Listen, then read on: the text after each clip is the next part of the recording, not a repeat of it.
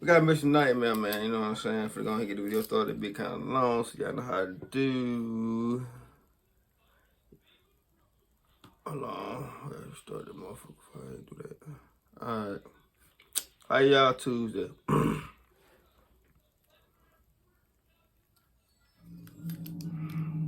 The other side chatting on us. I'm scared of them.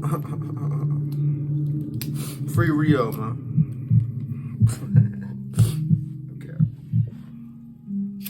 I'm a cemetery operations coordinator. Oh, hell no. Or you can just call me a cemetery manager. Undertaker. Part of my job is sitting down with guests and family members of the deceased to set up funerals, facilitate the sales of plots, etc. A 30-something-year-old man named Antonio, very spiritual man, once sat down with me to purchase a plot for his sick father who was in hospice care. Antonio was a Hispanic man with a very thick accent, and I saw in his eyes he was a very caring man. He showed me pictures of his father, who also looked like a very sweet man, much too young to be taken away from his family. But unfortunately, the man's time came that same week, and Antonio arranged for his father's funeral service at the cemetery. It was a very stormy day, the day of the funeral, which is thought to be a sign of good luck. The funeral procession stopped in front of the front office building briefly. I stepped outside under the front awning of the building and saw Antonio in the car behind the hearse. We waved at each other. Due to the weather, I went back inside until the procession was ready to proceed to the burial site. I got in one of the cemetery pickup trucks and followed the procession to the final stop, where I would stand with my umbrella supervising, as part of my job is making sure funeral services go smoothly. After the funeral, I did some laps around the place in the truck just to survey the area, as I did at least a couple times a day. I had a lot of paperwork to take care of, and on top of this, I had to close the cemetery that night. So a little later, I went back to my desk and took care of this. The cemetery closes at 5:30, so as soon as it started to get dark, I drove around the place one more time to ensure all visitors had left, then drove over to the front gate to shut it. It was a relatively warm early March. The days were still on the shorter side, so by closing time on a normal day, it would already... I ain't gonna lie. Cities on around, they ain't got no motherfucking time. Cemetery closed, like, I ain't never heard of shit like that. I know it's people. I know it's shit here like that though, but not down this way. Like it was not down that way. It ain't. It ain't like that. Back to my office when I thought I saw someone hurriedly walking down one of the lanes of tombstones before turning behind a hedge and disappearing out of sight. I beeped my horn so as to let them know the place was closed, but strangely enough, I didn't see them again. I grabbed my umbrella and ran out into the rain in that direction. I turned beyond the hedge he turned at and looked down this long row of tombstones on one side and hedges on the other. I didn't see anyone. I looked around in the rain for a solid 20 minutes, but eventually I had to give up. I drove back up to the office and browsed through the CCTV footage. None of it picked up on any unusual movement, even though it was a bit harder to see much because of the storm and it was also pitch black outside now. I tried to multitask, keeping an eye on the camera while finishing up some of my paperwork. Like I didn't see that motherfucker. I heard the front door to the visitation room slam shut. I sprang up from my chair and yelled, "Hello?" My first thought was that it was the same person I saw before. Maybe they got locked in the cemetery and were looking for assistance in leaving. I stepped out into the lobby, but no one was there. I looked around and again said, "Hello?" Maybe the door slamming shut was them leaving. I started looking out all the windows, and I stopped when at one of them, I saw someone on the other side looking back at me with a blank expression. I jumped back and screamed, and they didn't flinch. Fuck no. That's why you need to keep your motherfucking gun. I would have blown his ass down. Cause it's already creepy working at the cemetery. That made it so creepy already. That made it creepy as shit already. Why'd you working at a cemetery? I ain't thought that was a real job. Stepped closer and made a squinty eye. What dead people gonna do? Wake up? When I realized, I recognized this Hispanic, older-looking man. Let's take over the cemetery? In my head, it reminded me exactly of the pictures of Antonio's father he showed me. With my heart in my throat, I ran out the front door of the building and to the side where I saw the man. I jumped back and screamed, and they didn't flinch. I stepped closer and made a squinty-eyed, confused look when I realized I recognized this Hispanic, older-looking man. In my head, it reminded me exactly of the pictures of Antonio's father he showed me. With my heart in my throat, I ran out the front door of the building and to the side where I saw what? the man, but he was gone. He wasn't booking it into the fields. He wasn't hiding in a bush nearby. He was gone. I looked around me as I stood in the rain getting soaked, then ran back inside, packed up my things, locked up, and got in my car. That nigga was a ghost. I opened and closed the gate, once more locking it behind me, and drove home. When my wife asked me at home why I was being so quiet, I just told her, long day at work. To this day, I think I was just overworking myself, and my mind was playing tricks on me. Here we go. But it still is genuinely disturbing to think about. Here we go. Bitch, you know what you saw. Quit. I bet he still stayed there. Look, baby, hey, baby. I'm shit better than me, boy. I tell my baby, hey, I be like, baby, I ain't gonna lie to you. I quit my job, boy. You gonna interrupt me? I be like, baby, I seen the ghost there. I ain't gonna even care. I'm gonna tell me a bit, so. The dead of October, I know. chilly and windy. I live in a somewhat big town. It's very poor and old, early 18th century type buildings. A friend and I were bored one night and decided to go fuck around at 3 a.m. I know that going out at 3 a.m. in a poor town isn't exactly smart, but we like to have our fun. We got bored of driving around blasting our music. We're both very big metalheads, and at that point we had our own band, so we decided it would be interesting and cool to walk around a cemetery in the town. Behind the old town square, there's a massive... Wait, what? They said they love metal bands, so they just all of a sudden go to a cemetery. Out of all the places you can go, you go to a cemetery for metal band. I forgot. Whatever he said. It's divided by two sides of a about, highway. but... Both sides take All right, about 20 acres of land. As I said, it's massive. We decided to check out the older part of the cemetery. This part is completely separated from the rest of the newer cemetery with an old iron fence and gate. We get to walking around and checking out the cemetery, trying to read the old moss-covered graves, taking pictures, being a little bit disrespectful, I know. But these were graves from at least... Okay, that takes me back to the last story. When he was like, my bad. When he was like, you know what I'm saying, the graveyard got some hours, you can't come. I totally agree with this story now. Because this shit needed. Why the fuck would you go to a cemetery? A century ago, so there was no one living that would be upset by it, and I'm sure the people in the graves didn't mind too much. After about an hour of checking it out, we sit down next to a giant pecan tree in the middle of the old cemetery. That's when we hear this little girl laughing. It was really close to us. Alright, what's up with these stories? At first I assumed maybe it was a toy left on a child's grave or something like that. I'm not one to scare easily, so I just figured it's motion activated or something like that. We are not at all easy to scare, so we both sort of laugh, pointing out that it's creepy and just keep talking and enjoying the ambiance. Then, as in all stories like this, I get the feeling of something or someone watching me. Once again, I just figured that I was letting the entire thing get into my head. Then my friend says he thinks he sees someone in the shadows of a small wooded area right next to the cemetery, of which we were really close. At this point, we're both a little creeped out and decide to get up and leave.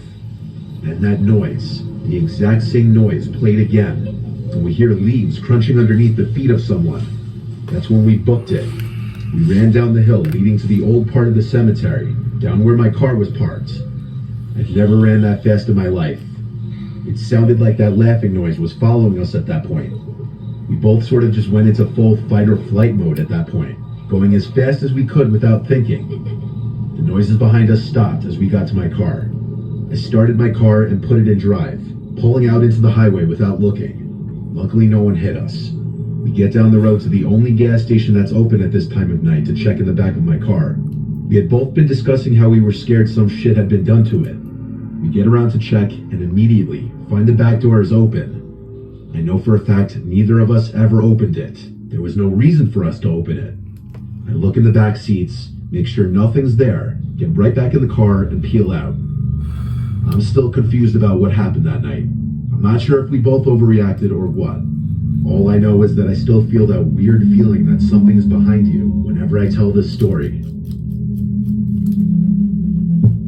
That's why your ass get for going to the cemetery, dumbass. When I was 19, my friend Sean, who was a big goofball, came over to chill in our Damn. basement as he often would during the summer. That's disrespectful. I remember he had a Coke bottle in his Me hand and I personally, was if you eating wanna take that. Wendy's when he said we should check out that creepy little cemetery across town. It was the most random idea ever, and I even told him that. Still, we had no school the next day, and I knew exactly which cemetery he was talking about. I don't know if one should even call it a regular cemetery. It's just a small plot of land with maybe 100 tombstones at most. The tombstone's very archaic looking, and any time you'd pass, there would be no signs of anyone having come to visit within the last decade. Damn. The site probably dated back centuries, and it had this super creepy vibe to it because it was closed off by a gothic metal fence, and it was surrounded by woods on two sides, the road on one, and some old abandoned building on the other. Everything about it just gave scary vibes. It took a little persuading, but Sean managed to get me to want to check it out too. Ironically, it was a very cloudy, wettish kind of day, I guess conveniently adding to the mood. Sean pulled up his Honda to the side of the road. I told him to pull up more so it wasn't obvious. This was a low traffic road, so it would look kind of suspicious. You think? He pulled up a few hundred feet down the road, and we got out and cut through the woods so that any potential passing traffic wouldn't see us entering the little cemetery. Hopping the fence in the woods was easy. It was maybe a 3 or 4 foot fence. Sean kind of took the lead on this since it was mainly his venture. He led us through the eerie little plot of land, and we looked at the archaic tombstones. They all seemed to be from the 19th century.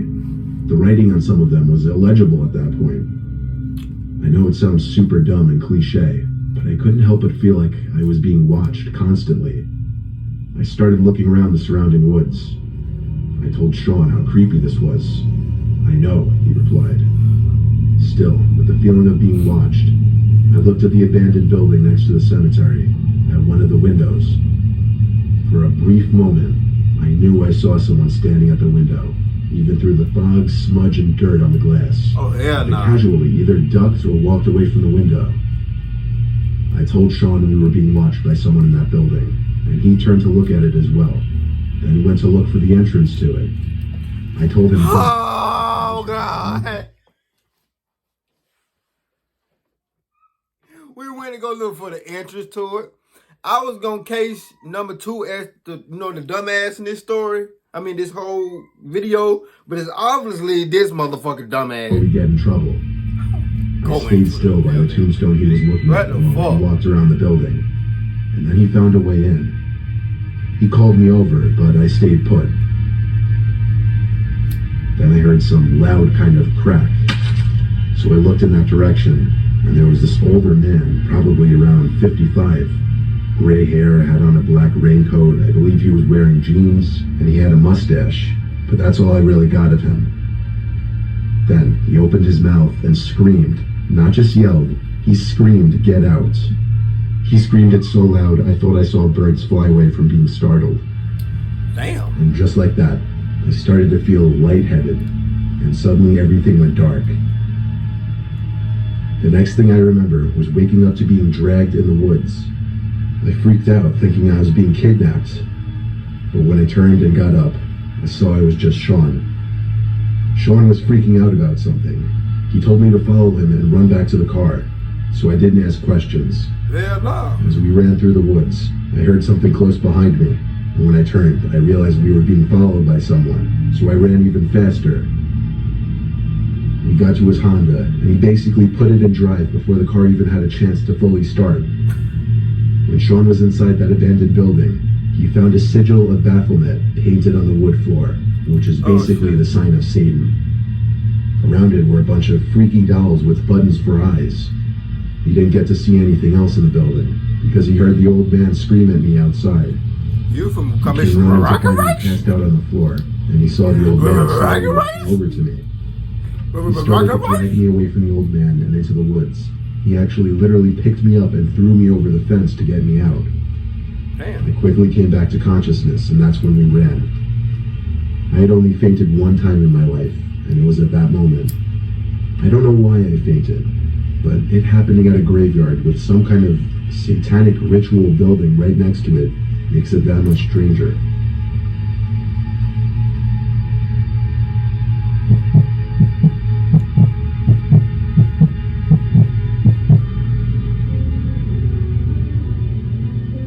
grandpa passed away a few years ago.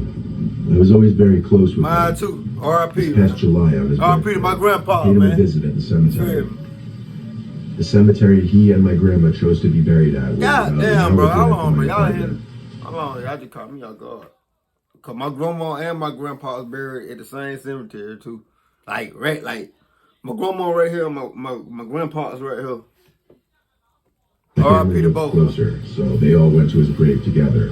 I had to go separately. It was a rainy, depressing day, and there's nothing worse than visiting a cemetery on a gloomy day. The gatekeeper of the gate asked for the plot number. I gave it to him and he let me in. It's a pretty big cemetery, and I'd only been there a couple other times. Not as the driver, though, Why that shit keep so I had popping a hard up? time finding it. Shit blowing me now. I didn't see many other people, if any, at the cemetery that day. I'm sure the weather had something to do with it. Eventually, I found his stone and parked my car in the grass to the side. I put some flowers down under his stone, stood there for a while with my eyes closed, and prayed. When I finished my prayer, I opened my eyes and looked up.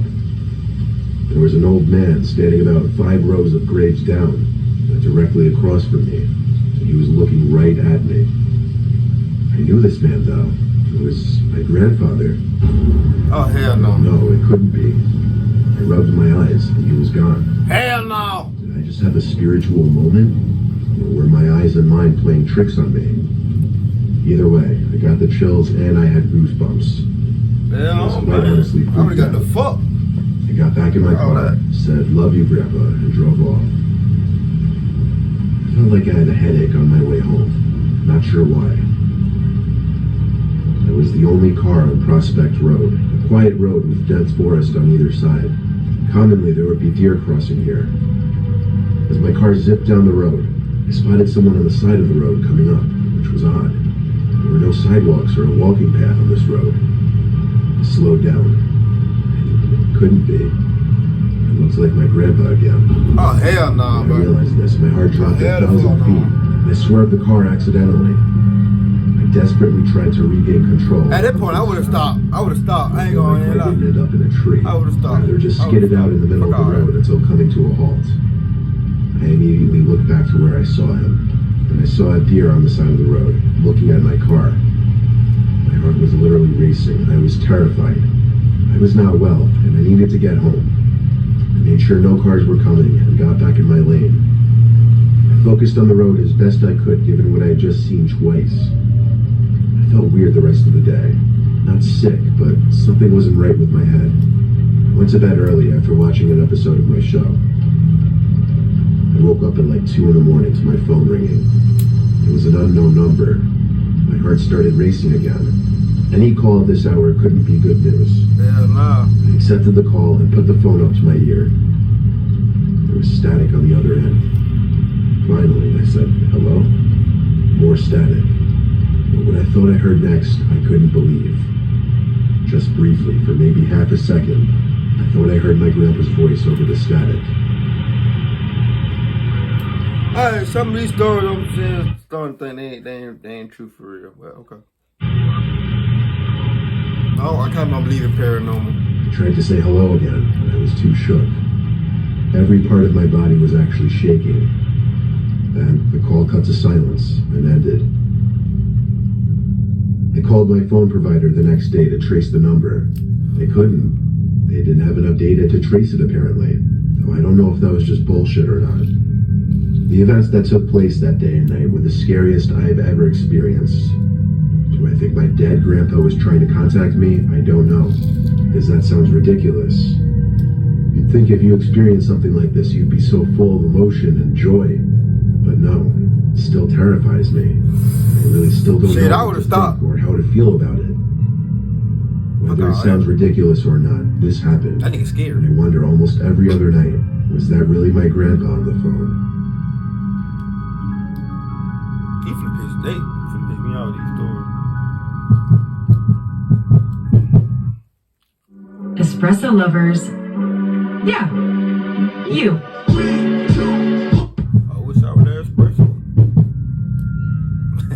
My friends and I were very stupid when we were teenagers. I was too. I was like Me 17 and my or friend 18 was when too. this happened. It was the month of October, and I wanted to do something scary in the spirit of Halloween. Hey, don't do that There's on a my small birthday cemetery month. about 10 minutes from where I live. Crazy, man. And when I was drunk with a couple friends, I said we should sneak into it. I'll make up some names for my friends, Ryan and Mike. We were at Ryan's house. He didn't drink ever. So when I came up with the idea, he was the one to drive us to the cemetery. Mike and I were really the ones leading this. Ryan was just along for the ride. But then again, he hadn't been drinking. Ryan parked in some parking lot across the street. It was a ghost town because it was past midnight at that point. We made sure no one was around to see us as we hopped the fence into the cemetery. It wasn't exactly pitch black out, but it was slightly hard to see more than 10 feet in front of us. So we were all using our iPhone flashlights. There didn't appear to be any night security in the cemetery, so we kind of dispersed from each other. Ryan seemed to be following Mike more closely. I could still see where they were because of their flashlights. I went off a little further on my own, and I decided I'd start taking a creepy video. So I started recording with the light still on, of course. I recorded a bunch of old headstones and the general eerie vibe of the cemetery at night. I didn't see Mike and Ryan anymore. Imagine. I started to go look for them, still recording. I looked at my phone screen and froze. There was a woman, dressed in a white gown or dress, I want to say, with long, gray-looking hair. She was looking down at the ground. I looked up from my phone screen to look at her in person, but she was gone. I started to back away. I looked back at my phone screen, and there she was again. Only now she was looking into the camera, or rather, looking at me. I looked up from the phone again and could not see her once more, so I looked back down at the screen again, and there I could see her moving closer to me. I started to scream for Mike and Ryan as I sprinted away from that spot. I couldn't see their lights anywhere, and they weren't answering my screams. I'm gonna let this I story had a play out. feeling they were going to try to scare me, so I ran back for the fence of the cemetery to hop it and get out. I made it to Ryan's car and texted the two of them saying they need to get out of the cemetery now. They met me at the car minutes later. We all sat in the car, and I showed them the video I took. They had the same horrified looks on their faces I did. Now that I was actually watching the whole video, I could see the moment the woman slowly lifted her head from looking at the ground to looking at me. Damn, I know that shit on She that starts shit. to move towards me. Oh, shit on my We could only see her moving for like a second or two before I start screaming in the video and running away. The way she was moving, we could see no leg movement. It almost seemed as though she were floating to me. I have that video saved No on my shit. old iPhone 4S, but the stupid thing won't turn on. It gets stuck at the Apple logo. Damn. I don't want to reset that phone until I can get that video off of it somehow. My friends firmly believe Bring the another woman in the battery. video was a real, living person who also happened to be in the cemetery that night. But me, having been the one to actually find her, and only being able to see her on my phone screen, I'm pissed. well, let's just say I was never a believer. Pissed me off. Some of these stories were crazy. Two of these stories I know were crazy. The third one was crazy, and the fourth one was crazy, and this last one was crazy. The first one I know paranormal. Like, he really don't get shit good. I knew you wasn't gonna get. I knew y'all were gonna get some ghost shit. The whole video. I ain't gonna lie to y'all. Y'all know I don't do. Bruh, when the last time have I ever reacted to some ghost shit? I just did it because it missed a nightmare. When the last time have I ever reacted to some real ghost stories? Which I need to start doing that, because y'all do be questioning them bitches, though. I do need to start doing it. I believe in paranormal, but I don't believe in paranormal. But if that shit look real, I'm gonna believe it. If you got proof, I'm gonna believe it. I ain't gonna go by word of mouth. Yeah, that nigga take no 5. Oh, that